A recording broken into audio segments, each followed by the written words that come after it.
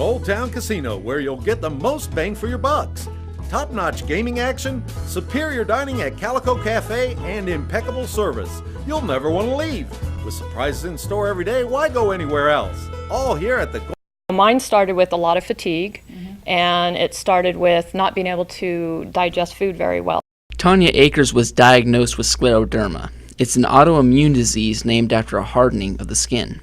In about 70 to 95% of cases, it involves the skin, but it also can involve the organs. There's a lot of different types of scleroderma, and so it can affect the blood vessels, the gastro tract, any organs. Basically, there's nothing it can't affect.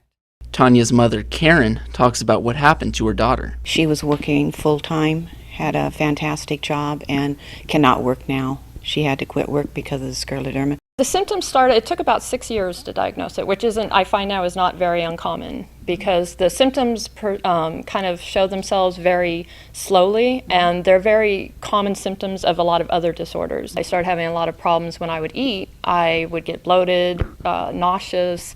It would last for days, depending on which foods I ate. And so instead of trying to learn the triggers or educate myself to find out what was wrong, I went to the doctor. They put me through all the gastro tests. At that point, nothing had really showed up, so I got discouraged and I just started basically not eating. After more tests, I did finally find out that I had delayed gastric emptying, which it affects how your stomach digests the food and passes it along. So the food stays in your stomach a lot longer.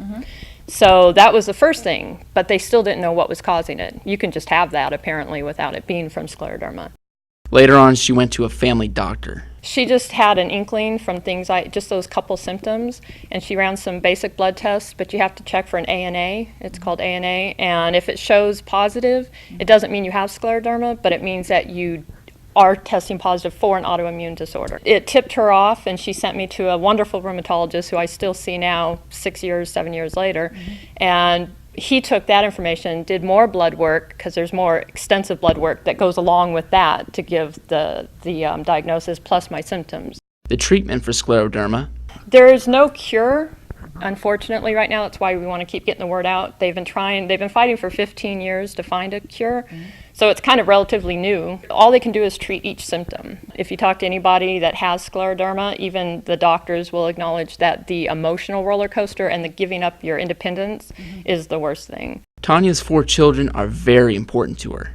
Without them, it gets the purpose to keep, when I have down days and they send me messages, that's what I need. This month of June is Scleroderma Awareness Month. For more information, go to scleroderma.org. To contact Tanya, email her at akerstanya@yahoo.com.